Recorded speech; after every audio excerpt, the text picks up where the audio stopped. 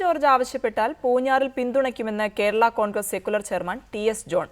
ഇടതുപക്ഷം ചതിക്കുമെന്ന് താൻ നേരത്തെ ജോർജിന് മുന്നറിയിപ്പ് നൽകിയിരുന്നതാണെന്നും ജോൺ പറഞ്ഞു. നിയമസഭാ തെരഞ്ഞെടുപ്പിൽ 7 മണ്ഡലങ്ങളിലേക്കുള്ള സ്ഥാനാർത്ഥികളെ കേരള കോൺഗ്രസ് സെക്കുലർ പ്രഖ്യാപിച്ചു. കേരള കോൺഗ്രസ് എമ്മിൽ നിന്നും പുറത്തു വന്ന പി.സി. George TS. ജോൺ ചെയർമാനായ സെക്കുലർ കേരള കോൺഗ്രസിലായിരുന്നു. എന്നാൽ 2 മാസം മുമ്പ് പി.സി. ജോർജിനെ പാർട്ടിയിൽ നിന്നും ടി.എസ്. ജോൺ പുറത്താക്കി.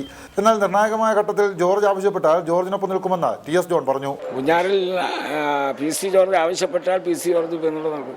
ഞങ്ങൾക്ക് ആർക്കും വ്യക്തിപരമായിട്ട് ആരോടും വിരോധമില്ല, പേഴ്സണലില്ലല്ലോ ഒന്നും.